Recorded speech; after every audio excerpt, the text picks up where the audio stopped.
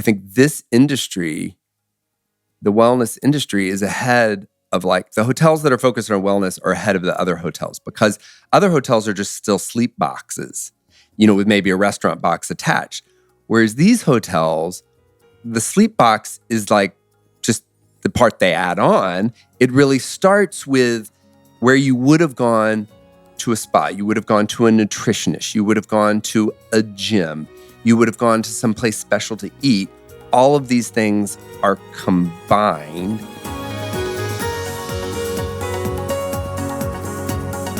Welcome to Global Wellness Conversations. This is Kim Marshall, your host for the official podcast of the Global Wellness Summit, where we go inside the business of wellness, getting to know thought leaders from the 11 sectors of the over $4.4 trillion wellness economy. Our topics range from beauty to travel, from medicine to wellness real estate. Speaking of which, this is your friendly reminder to visit globalwellnesssummit.com to find details of our second annual Wellness Real Estate Symposium to be held on May 2nd, 2023 at JP Morgan Chase in New York City. More details on that at the end of today's episode. But to set the stage for this program, can you possibly name the healthiest city you've ever been to? Did you ever think about it? Maybe an easier question. What's the prettiest city park you've ever visited? Does Boston Public Gardens come to mind? Or maybe Berlin's Tiergarten? Or maybe Singapore Botanic Gardens, which happens to be a UNESCO World Heritage Site? In today's episode, we're going to be talking to Robert, aka Robbie Hammond, known as the co-founder of the High Line in New York City. The High Line is arguably the most popular and most replicated elevated park in the world. We sit down with Robbie Hammond just before he's about to speak at GWS Tel Aviv on the topic, the future of public spaces in urban settings. He'll share how he got involved with the High Line some 22 years ago, and we'll also hear about his next mission in the urban wellness arena. Oh, and as it turns out, Robbie's presentation in Tel Aviv was so inspiring that GWS invited him to become the co-author of a 2023 trend research study, this one on wellness and cities. That trend explains that focusing on business opportunities and capital improvements, addressing social, mental, and physical health actually spurs economic growth. And most importantly, it cultivates healthier, happier lifestyles for the people who live and work in that community. So, if you've ever delighted in strolling through a flower and art-filled public space, and if you love being part of an urban area that celebrates nature and feeling vibrant together, you'll love getting to know Robbie Hammond, because he's a real champion for making communities both healthy and even fun.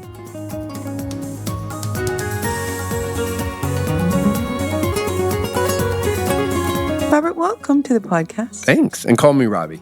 Oh, I love friends call Robbie. me Robbie. So I call love everyone Robbie. here as a Thank friend. Okay, let's just start because I've been reading your bio and you've done so many cool things. But the word that keeps coming to my head when I look at your background is community. What role has community played in your career? Yeah. And, if you had asked me that when I graduated from college, I would have said, what? Yeah, right. Yeah. What was your major? I was a history major, but I wanted to go into business. I thought I wanted to start a company. And so if you told me I'd be sitting here at the Global Wellness Summit talking about community or parks or open spaces, I would have said, no, I don't think so. So it really wasn't a direct path. But it really was like I sort of followed I guess it's sort of passions or interests. Instinct. I think I heard your TED Talk and you were just like, hey, I live nearby. Tell me where the High Line is. Yeah. So the High Line was an old elevated rail line that ran or still runs in some ways a mile and a half on the west side of Manhattan. So the West Village, Chelsea, Hudson Yards. Mm-hmm. And you heard a rumor that it was going to be pulled out or what was going to happen? Yeah, there was a New York Times article in 1999 that said it was going to be demolished. I lived nearby and I thought everything had as a preservation group attached to it Mhm. in New York. And so I thought I could just volunteer and maybe help out because I thought it was sort of cool. There's a railroad used to ride through my neighborhood 3 blocks in the air. It was elevated. And it was a freight line. So there's pictures of like a freight train, running right through Manhattan, next to buildings, through buildings. Yeah. So I just thought it was sort of a romantic concept at first. And it's 30 feet up. Mm-hmm. It's about 3 stories. And what I read is that it was made so that in the old days, sort of the supply chain, the train could just pull in a building that had like a opening, load up or unload, and then keep going. Did that work? Exactly. It wasn't an old, our subways used to be elevated, like they were called L's. But this was a freight train. And they called it the lifeline of New York because it brought, it goes through the meatpacking. Meatpacking, it literally used to bring cow carcasses that they would unload in the meatpacking, and then they would chop up and bring to a lot of buildings that are now office buildings and apartments were refrigerated warehouses, windowless buildings where, egg and milk would come in on the High Line and then go. And maybe people have heard of Chelsea Market. It's I've been on there. the High Line. Yeah. Love So it. the High Line goes through it, and that was the Nabisco factory. So the Oreo cookie was invented in Chelsea Market. The most popular processed food in the world. Anyway, yes. And then went all over the country, on the High Line. It was originally called, like when I, not quite as romantic name, the West Side Elevated Rail Viaduct. Gross. Yeah, gross. You took notice that this was going to be destroyed, this sort of relic of history of the lifeline of New York. Then what happened? I went to my first community board meeting. And it was on the agenda. Never been to a community board meeting. I was a history major, but then at the time I was working for what was called then .com startups in the 90s. I remember that. And I sat next to another guy who was a travel writer who lived in Chelsea. What was his name? Joshua David. Oh, we know Joshua David. He's quite famous. Oh, yeah. Go ahead. Yeah. So he was, we just happened to sit next to each other.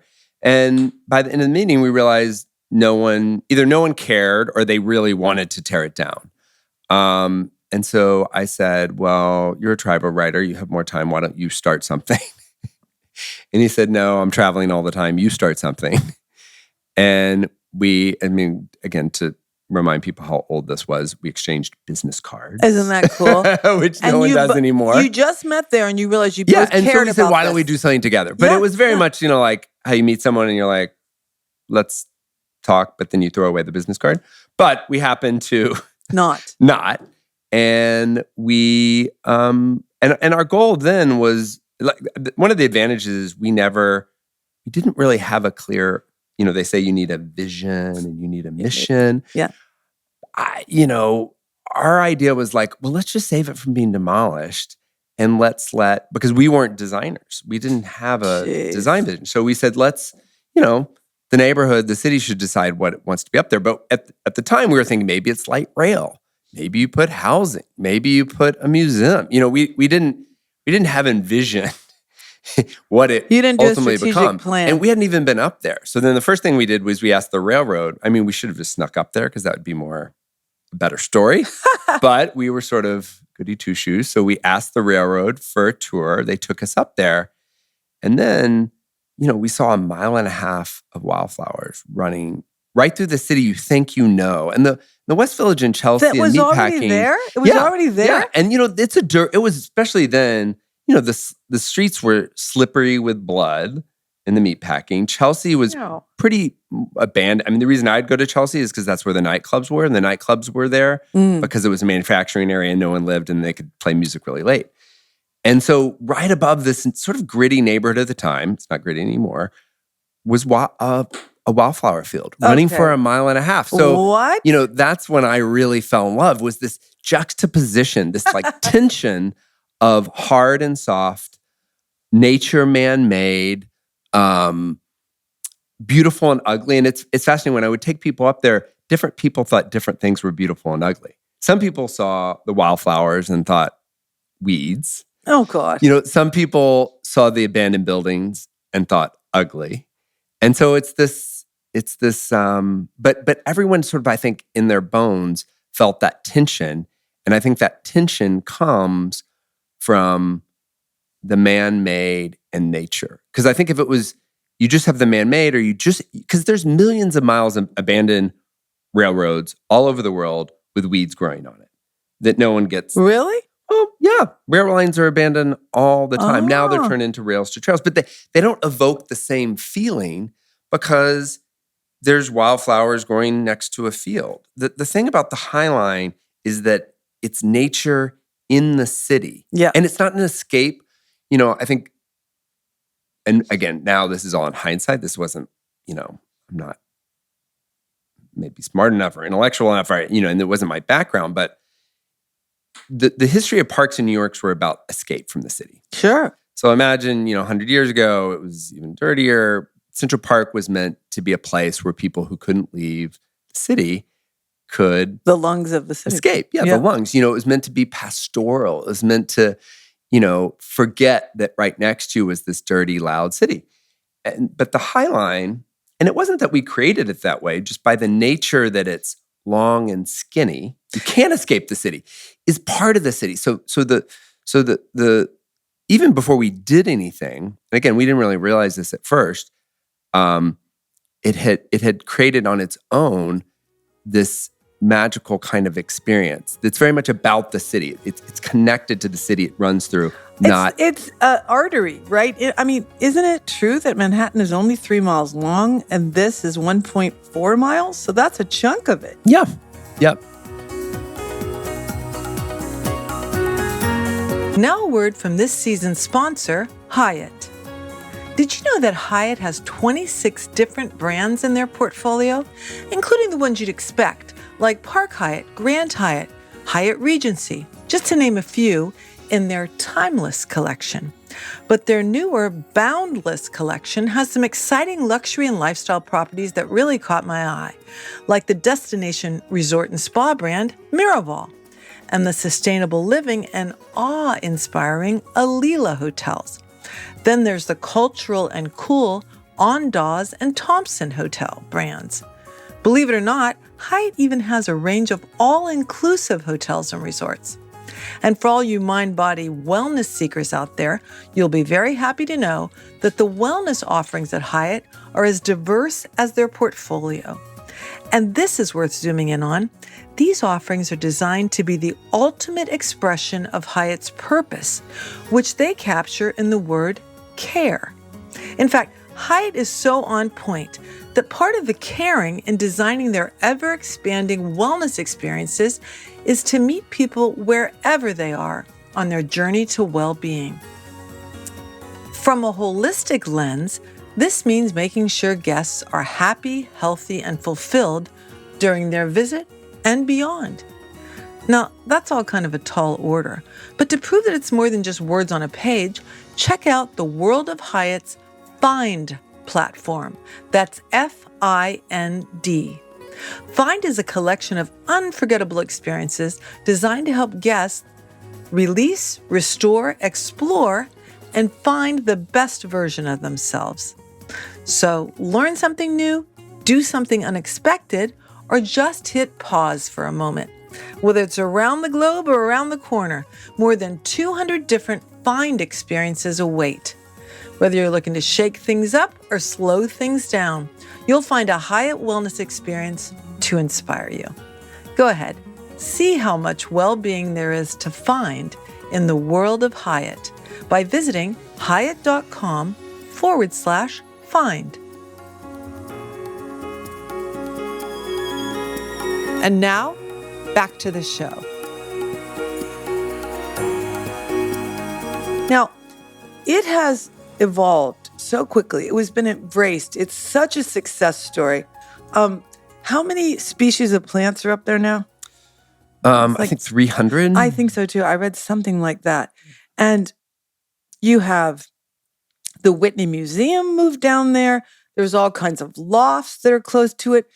The art gallery scene just exploded. It certainly isn't bloody streets and gritty anymore. But what shocked me more than anything, Robbie, is that you said, hey, we didn't do everything right. We failed in a large way. And what is that? Yeah. I think there's two things. One, we created an incredible amount of value for a lot of different people. Obviously, and ironically, I mean, it took, but when we first went up there in 99, it took us 10 years to open. So we had to fight.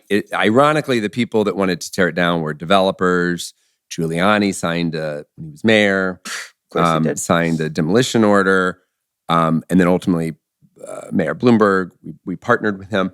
But obviously, it made an incredible amount of money for developers and property owners. It also made a lot of money for the city, and that was part of our argument, in that by increasing tax revenues, the city would get more tax revenues. And we've done a study that showed it creates about $980 billion.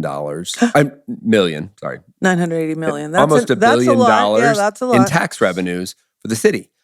But we, the thing that people also don't understand, people assume that the High Line is maintained by the city, but we were, because I just left, but I still say we.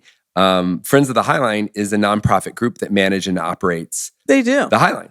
And so the city put in $150 million to build it. We raised $150 million privately, so it cost about $300 million. But we pay for all of the maintenance. It costs about $20 million a year to maintain it. How do you raise money for it? Well, that's what I spent most of the past 12 years doing, is raising money for it. And we have summed a little bit of earned income, but most of it is through philanthropy. And we get very little.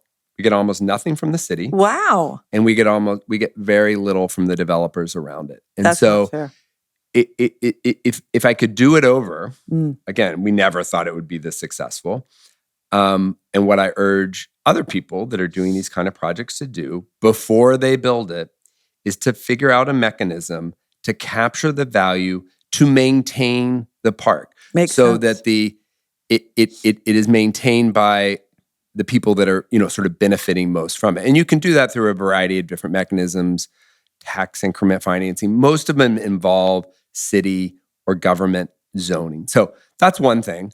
The other thing is not everyone benefited equally. There was two large, low-income public housing populations next to the High Line. And they weren't displaced because they were in public housing, but the places that they shopped, the places, their local stores and, have all gone, replaced by sort of more upscale. Yeah. The other thing is we actually moved our offices into one of those public housing. We did community input sessions. We wanted this to be a place for everyone in the neighborhood, and we recognized that was a really important group. But when we opened the High Line, it was almost all white. Like, you didn't need a sociologist to tell you this was not a diverse. And so we ended up surveying the people that lived there back in 2000, and the results were pretty clear. They said, we don't hate it, we just don't come because it wasn't built for us. We don't see people that look like us, and we don't like your programs. We don't belong. And you have like 450 programs. Well, that's what we did in response. We had some programs, but it was really, if I look back, it was like the programs I wanted to go to. Yeah. And so that's when we really rethought our programs to try to, with the goal of, we wanted our visitorship to reflect the diversity of the city. The other thing in that survey, when we asked people what do they want, the main thing was jobs for kids, for teens. And so we created a teen employment program. And one of the jobs for the teens was to create their own programs. So, one, it was a workforce development, but also they would create their programs that their friends would come to, their families would come to. And that now has been going on for about 10 years. And I think that's been one of the most important things in changing. Now, ironically, one of the biggest complaints about the High Line is, not ironically, that it's too crowded. I can get into the visitation. Terrible. But when you survey people now, the wealthier people say it's too crowded for tourists.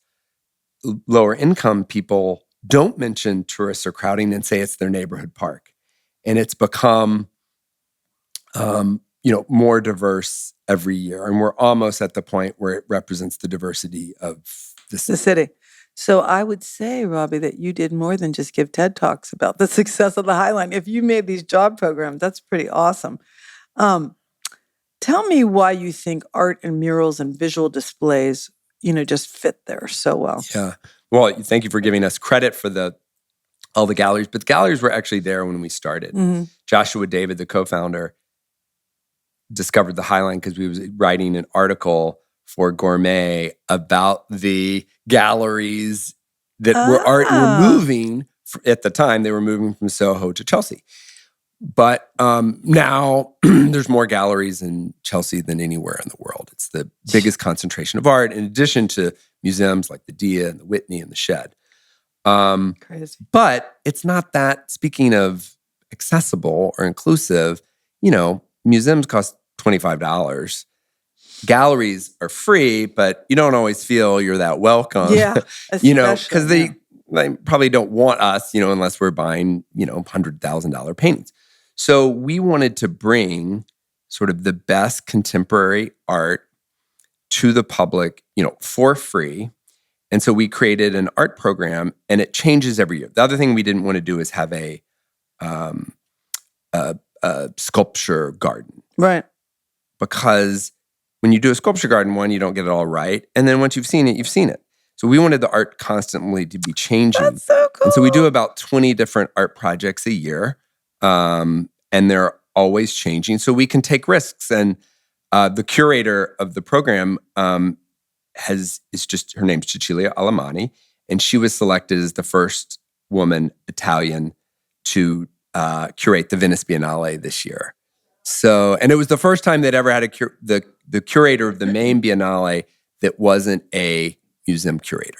She was curating park and public spaces. And that's what I think you're going to see a lot more of. And artists love it, because if they have a work, even in MoMA, a few 100,000 people see it. Yeah. And it's the people already in the art world. That's right. Whereas in the Highline, before the pandemic, we had 8 million visitors. Aww. So artists get this kind of exposure. And people also said, you should just do sort of quote unquote community art, because the public's not going to appreciate the fine art. Contemporary art. And when we do surveys, people love the art. They hate some of it, which I always think is good. Good.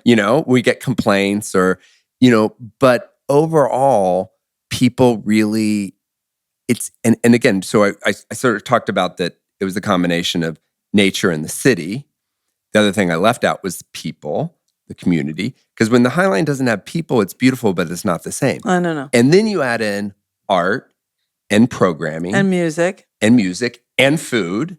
And that's, to me, that's what I'm going to talk about today, is that I think the old way people used to consume culture or use their free time was going to boxes.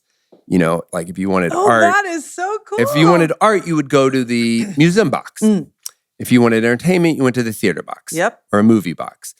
If you wanted to work out, you went to the gym box. If you wanted community or spirituality, you went to the church box. And that's not how it works anymore. People still sometimes go to those boxes, but all those boxes are struggling. When you look at trends, post-pandemic, those people are very worried. Yep. Because it's not that people don't want spirituality. It's not that they don't want art, but they want it together. Oh. They want it. And so, again, this was not some grand plan we had, but this is something that happened is that we're like a museum crossed with a botanical garden, crossed with a, food court, crossed with a social service organization all together. The other trend is that people want experiences that they do together with groups. In the old days, you'd go you could go to the museum by yourself. You might go with your spouse. Now people want to go with a group of friends, and they want to be able to capture it. Yeah. They want to be able to, if they go to a performance, they want to videotape.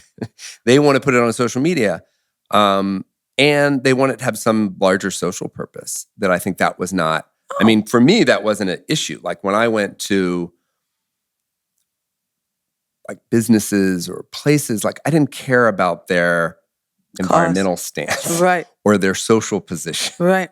Whereas now that's something that's really important to people. And that's what's been fascinating being here is I think this industry, the wellness industry, is ahead of like the hotels that are focused on wellness are ahead of the other hotels because other hotels are just still sleep boxes, with maybe a restaurant box attached. Whereas these hotels, the sleep box is like just the part they add on. It really starts with where you would have gone to a spa, you would have gone to a nutritionist, you would have gone to a gym, you would have gone to someplace special to eat. All of these things are combined together. And, when you listen to people have a larger, so, everyone is looking at what is their environmental footprint? What is their social, and I think the next thing that I'm excited people are addressing is how do you make it more accessible? Because most of the things we're talking about, are very, they're smaller, they're expensive, and let me tell you exactly what you're saying. There's a guy here with a new company called Fresh Bed, and he's very high end, and the bed is just so high tech and amazing. But it's $30,000. Yeah, and he goes, "Hey, you spend 2 hours a day or an hour a day in your car, you pay more than $30,000. You spend 7-8 hours a night in your bed." And what he talked about, what was coming through the hotel vent and the air conditioning and what's in the mattress. And you're like, ah!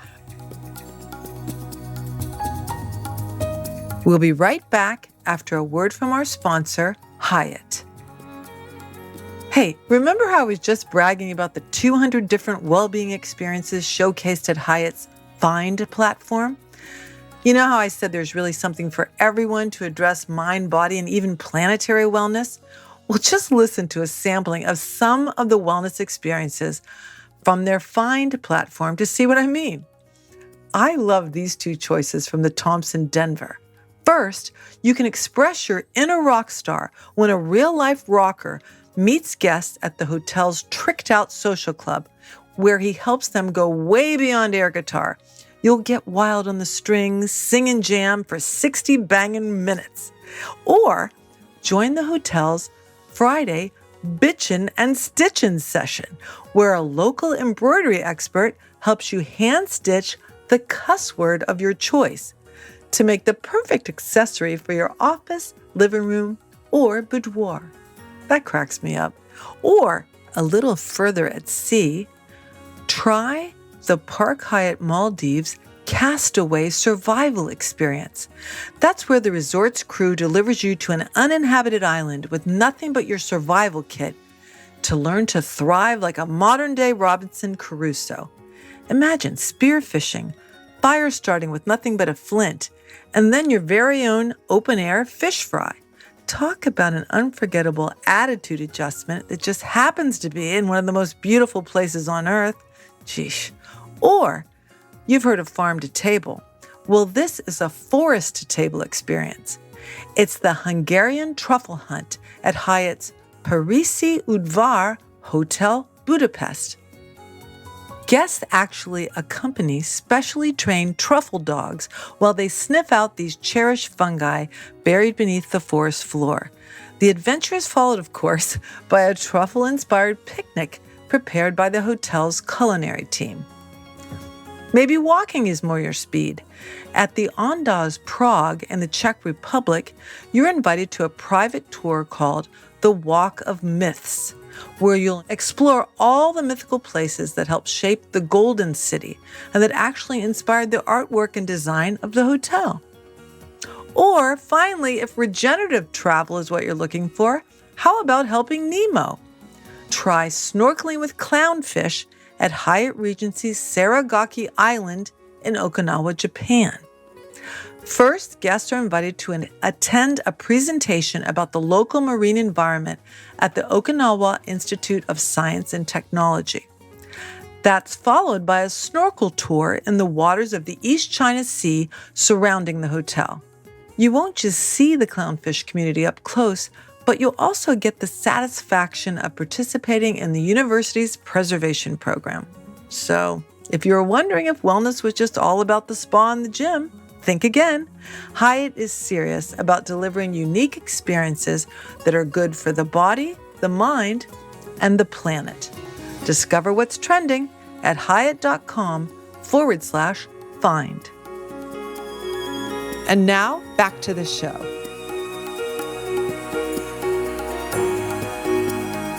Okay, so there's so many ways to unpack this. One thing I wanted to say to you, Robbie, is I listened to I don't know why he's the design architect of the layout of the High Line. I think he was Italian. And he showed the amphitheater where you sit and it's clear and you can look at the avenue beneath you. I would venture to say that bold step did influence even hotel design, because when you sit in sort of a stadium seat, it's mini. Yeah. And you do your lunch, or you have a meeting, and you're looking at the city go by. I've been in hotel lobbies that kind of did that now. Yeah. And so that's really fun, isn't it? And, someone just sent me a picture yesterday of a bench in, I can't remember where, somewhere in South America. And it was like our benches. It was sort of common. But I always tell people, it's not, like, none of these ideas are really new. Like the amphitheater no new, is a Greek. Roman, we can see them here in Israel. And so, I think it's this going back. And that's what I love. And now that I, left the High Line, I'm in getting into sort of thermal wellness. I mean, the first thing I did was look at the history of Roman bathing. Okay, that you just see all the things we're talking about here. It's everything old is new again. And so, I think that's a good. That means there's like sort of these eternal truths. It's not it's not necessarily like copying the old. It's that these themes run through. Every culture has a water-based, if you want to call it bathing, that's not about cleanliness. It's really like Americans that when you say bathing, you think of your bathroom you do by yourself. Whereas too much soap. Bathing in history was about community and health, not just cleanliness. Let's now just interject that you have stepped out of the High Line after making a dent in the world scene. And now I found it surprising that you're working with the thermal group to help design huge public spas. And let's tell our listeners that, not to say I told you so, but in 2022, the trend that the Global Wellness Summit put out, one of them that they named, featured trend, urban bathhouses and wellness playgrounds. Affordable wellness is coming to a city near you. Yeah. Now, Darlene has worked on a place in Resorts World in Vegas where it's like off-gussing. An event sauna. They have the largest event sauna. It is on my list to go there. It's so much fun. Event saunas, that's a trend. Y'all actually mentioned event saunas in your report. Yeah. But that's a detail. But, when we, on this Holy Land tour my husband and I did, we visited Bethsaida, the pools of Bethsaida, where I don't know if you remember the story, but there was a lame man who they would rush when the waters would bubble. They thought the spirits were stirring them up and it would heal you. Yeah. But you have to rush to get in because the bubbling didn't keep on. It was like a natural phenomenon. So this crippled guy, handicapped guy, could not get off his cot in time to get down the steps in time. And Jesus said, "What are you doing?" He goes, "I can never get down there. I am crippled. I want to be healed." He goes, "You want to be healed? Here." And he healed him. Yeah. So we're saying there, how many years ago? 2000 was that? But we can go way back to contrast bathing. It's a human demand, you might say, right? Yep. So what are you doing with the Termes? Yeah. So my dad's response when I told him, when I started the High Line, he was like, "Well, what are the chances of this happening?" And I was like, I'm a dreamer, but I'm a realist. And so I said, 1 in 100. And he was like, "Well, why are you leaving a good job to do that?" But his response when I was leaving the High Line, he was like, "Why would you leave like the best job in the world where people love you? You're doing something good to go to this thing called Therma Group. And what the hell is a therma?"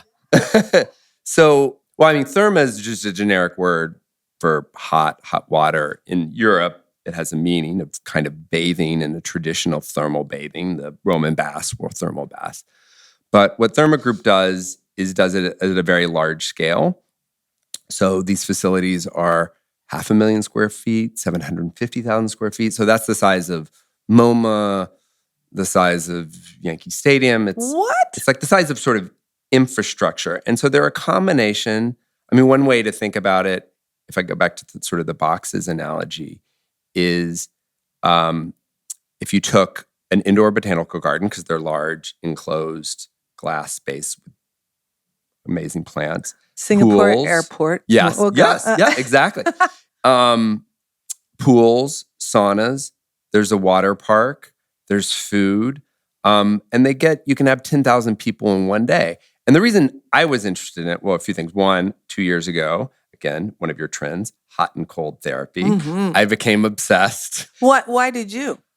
I mean, basically, I always liked saunas, but then I listened to a podcast, like everyone else, that said that hot therapy is as good as exercise. And cardiovascular pumping. Yeah, and it does. And my mom has dementia, so that was an issue. That it's viewed as one of the, besides meditation, one of the best things you can do for your cognitive health. And I mean, the list goes on. Yeah. And so I started. That was just fascinating to me. Whenever I traveled, I loved going to public pools. You did? Yeah, like here in Israel, I didn't want to go to the pool at the hotel. I wanted to go to the public pool, right on the beach? a few blocks away. Beautiful. Because it's like nature in the city with people, and so, what interested me about this concept was the size. So it's the business model. It's very profitable because of the scale, but the scale necessitates it being accessible. Because if you're going to have 1 million visitors a year, there's not that many rich people, and so there's not as big of a barrier to entry, yeah, right? It becomes a habit for people. Yeah, and it creates the experience. And there is a place, and I love a good spot in the basement where it's dark and I'm all alone, and that's a kind of experience. But it's really not a spa experience because you're with a lot of people, and only 10% of people go alone. So I don't know what the statistics are for spas, but probably a lot alone, or maybe go with your spouse. Two, yeah. Mm-hmm. Whereas here, most people are going with groups of friends, their family. And so one, there's that group, but then you're with all these other people. And instead of making it a negative experience, I think that's part of the positive experience is that, and it's not necessarily that you're going to meet, although at night it is a lot of young people meeting each other. And so another way that I was trying to explain it to my dad is I was like, okay, so if Disneyland was our 20th century answer to the Roman baths, which Disneyland's great. I love it. I'm going to have to take sad, but yeah. A little bit sad that that's what we got. But it really manipulates your chemistry through adrenaline, sugar, caffeine. And I think what we're all talking about in these past few days is not manipulating, but balancing our chemistries. That's what I see this common thread here. And that's what Therma has water slides, which I actually always go on. So there's just some adrenaline, but it's about balancing it. When you leave, instead of feeling strung out and exhausted, but your kids make you go back again, it's more like social media. Yeah. You leave feeling good. Well, Rob, I will tell you, this trend came out, and we always say the trends. You're like, really? Is that a trend? And then all of a sudden, your awareness, it's like ding, ding, ding. I stopped in D.C. on the way to the Middle East, and we spent a day at a new one called Balian Springs in Alexandria, Virginia. It's gargantuan in so many levels. Yeah, a pool the size of, I don't know, Detroit, and so many things to do with your time. You're like, no, have you done that? Infrared? Have you done the gold room? And then there's one in Brooklyn called the World Spa that Darlene saw. It's open. You maybe saw. Yeah, I think it's opening. Some people got to go in it. I haven't gotten to go in it, but I think it's opening in November. Yeah. So are you? Oh, and then we have a dear friend, David Stewart, who runs the magazine and platform called Ageist. Is that right? Ageist? Yeah. Right? Yep. And it's for people over 50. Yep. And he's me. So much into life hacks. And there's some studies that show contrast bathing can increase your lifespan by like 27%. Yeah. It's crazy. And it's for older people, and I guess that's me too. Please. You can go, if you don't like exercise, Or if you really like, a lot of older people can't exercise. Their knees, they can't run, they can't do it. But if they do contrast bathing, they can. Yes. And the other thing that I think is missed, and when I read about the health benefits, is you do it with your friends. Yep. So the advantage of that is twofold. One, they distract you, so you stay longer. Yeah. And two, you're doing it with your friends. Yeah. Like that's when we heard Dan talk about the blue zones, it's not just diet. Yep. It's that they have friends group and they hang out with them. Yep. And like when you hear about the Roman baths, why did people go? Gossip. They went to meet people, to talk to their friends, to gossip. And gossip maybe is a bad rap, but no, I love gossip. It's partly community. It's like, making you not feel alone. In your, especially like where I live in New York, you're alone in your, apartment or, and so Therma Group operates 4 in Europe, or 5. There's 4 in Germany and 1 in Romania. There's 4 more sort of in the pipeline. They're going to be starting construction one in Manchester and in Toronto. And they hired me to help them bring it to the U.S. And where are you going to open in the U.S. so Darlene and I can buy our passports right now? Well, it's going to take us a little while. I've only been working there 6 months. But we want to open 5. We're looking at New York. We're looking at Washington, Atlanta, Dallas, Houston, Phoenix, what? and LA. That many? We have to get, it's going to take us a while to get there. I want a travel pass, please. Okay. We are believers. But Robbie, I'm going to tell you right now that I love this aspect of community. I love the idea that you can feel better together. And it is funny when people don't even realize that it's good for them, how they come like lemmings back to it. Yep. And the glow and the connection. And in the end, that's kind of what it's all about. And fun. I think that's sometimes what we get lost in the wellness. Is it, because sometimes I'm like, should we even use the word wellness? Because does wellness sound fun? Because you want people to have fun. That's and I was writing my journal last night, and I was talking about thinking. Oh, you were writing your journal. You're so cool.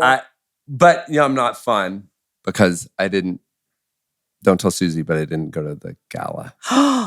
Well, thank God you got some rest. Good for you. But I rested. But I was saying, why did I like the conference? Because of the community. You have people together that have a shared interest, and you strike up conversations in a way I don't always do in an elevator. Because I knew we had a shared interest. I knew it was easy to have that conversation. So I'd, ask people, where are you from? Yeah. Why are you here? What are you? And I don't, it's harder to get that in my regular life. And so, you get it for these 3 days here. And you're saying that you think also wellness seekers will be at urban bathhouses. When I turned 40 just like 10 minutes ago, I went to Glen Ivy Hot Springs and we rubbed the mud, all the girlfriends, and my betrothed surprised me and showed up. And joy, joy, joy. Okay, speaking of joy, we love talking to you, Robbie. We're going to keep in touch. We're going to watch your success. We're going to think of you when we visit the High Line. But we've got another wonderful person waiting. So we're gonna stop now, but we're gonna say it's only the beginning. Okay? Great. Thank you for having me. Okay. Well, that was fascinating. Did you know that the island of Manhattan is 3 miles long and the High Line runs kind of up in the air a bit, nearly half its length? And can you imagine a water park / sauna / public garden that's as big as Yankee Stadium? Or one that can host 10,000 people in a day or up to 1 million in a year? If the GWS trends continue to predict future realities, it sounds like I'll be seeing more and more of you at your nearest Terme. Speaking of trends, don't forget to look at the Global Wellness Summit website to find a synopsis of the 2023 trends, some of which we'll be unpacking in future episodes. And for an even deeper dive, be sure to order a copy of the full report called The Future of Wellness 2023. That report explains in detail findings from the rigorous international research that's done to identify 12 key wellness trends that will be impacting the wellness economy for this year and those to come. And as I promised at the outset of the show, Here are more details on the second annual Wellness, Real Estate, and Community Symposium that GWS is hosting on May 2nd at JP Morgan in New York. A bit of the backstory first. Over 5 years ago, in 2018, the Global Wellness Institute was the first to commission and publish a comprehensive research report to analyze both the global and regional wellness lifestyle real estate market. That report was called Build Well to Live Well. And since that 150-page landmark report was published, the market has progressed at a remarkable speed. In fact, wellness real estate was the most robust sector of the global wellness economy during the 2 years of the pandemic. And let's face it, with up to 85% of our health outcomes impacted by the built environment, that sector shows no signs of slowing down. So, if you're in the midst of developing a project or just want to learn if you should, you're invited to be part of the event and learn what's happening in this new and promising sector. Visit gws.com to sign up for the May 2023 event. Well, that's it for this week on Global Wellness Conversations. Don't forget to follow GWS on all the socials and to like and follow our podcast. This is Kim Marshall. Can't wait to get together again. Global Wellness Conversations is produced by Global Wellness Summit and Swell the Agency. Executive producer, Kim Marshall. Supervising producer, Heidi Moon. Senior producer, Darlene Fisk. Associate producer, Sarah Molina. Audio engineering by Nova Media. Theme music by Mindstream Wellness Music.